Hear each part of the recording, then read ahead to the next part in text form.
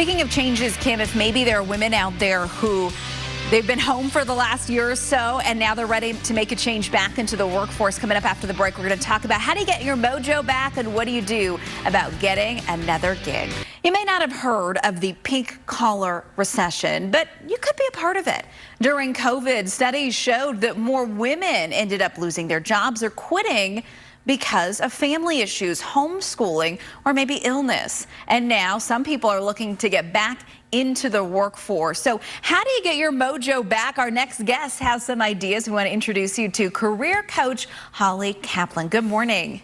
Good morning. Thank you for having me. It is great to have you. So this was about the time last year that everything started to kind of change very quickly with COVID. And for some women, they either got laid off or maybe they decided to take a step back from work because they had family needs, right? And now maybe the kids are going to be going back to school soon, and so they're thinking about getting the job. Where's the first thing that they should do? Okay. The first thing they should do is work on their confidence, because coming out of being at home and getting back to work can be a bit of a challenge. So I have my clients do two things. The first thing is they make a list of all of their skills, like all of the skills that make them talented and special, because you're going to have to remind yourself what's going to make you different in the workplace when you re-enter.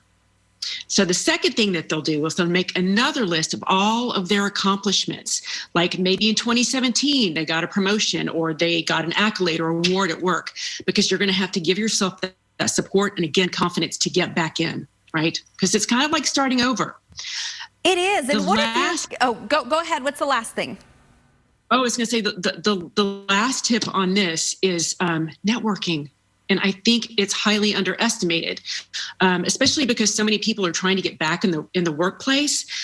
It's great to submit your resume to an online career, website. But I think the most impactful way to get that new job, Kylie, is to network with individuals. And do you think that this means that maybe somebody should look, maybe they were in hospitality, right? And that's just not back to full strength. Should they look for other careers? And how do you go about doing that when you've always been doing A, but now you might transition to B? Yeah, that's a great question. And it's so valid right now. Okay, pick 5 friends. Pick 5 that have jobs that you admire or work for companies that you would be interested in. Set up a one-on-one phone call or Zoom with them and tell them that you are on the market and that you're excited to get back to work. And could they introduce you to someone in their company to help you get a resume to them or get a meeting with them? And the beautiful thing about your picking 5 and setting 5 meetings with them is that we're going to be able to support each other, because that's really what this is all about. So let's say you get the job, right? I'm thinking a little bit ahead, and you're in that part where you're negotiating the salary, and maybe the salary is a little bit lower than you wanted it to be, right? How do you go in there and try to ask for a higher salary when you've been out of the job market for maybe a year and you're a little rusty? Know your worth. Your rust will clear very quickly, and employers should now know that we are all coming out of this situation. And to your point, I do recommend that she walks in with a higher number, because she's going to walk away with it if she does that. Okay, and finally, we've got a few seconds left. Your last piece of advice as women out there try to get back into the workforce. Stay confident.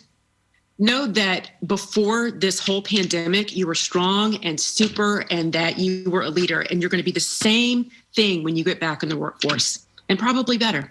We appreciate your help and some good advice there about reaching out to friends and picking people with maybe careers and companies that you want to work for. It's hard to ask people, but there are a lot of people out there who've got good jobs and got good connections. You just got to ask. We appreciate your time. Use your connections. Use your connections. You heard it here this morning. Thank you.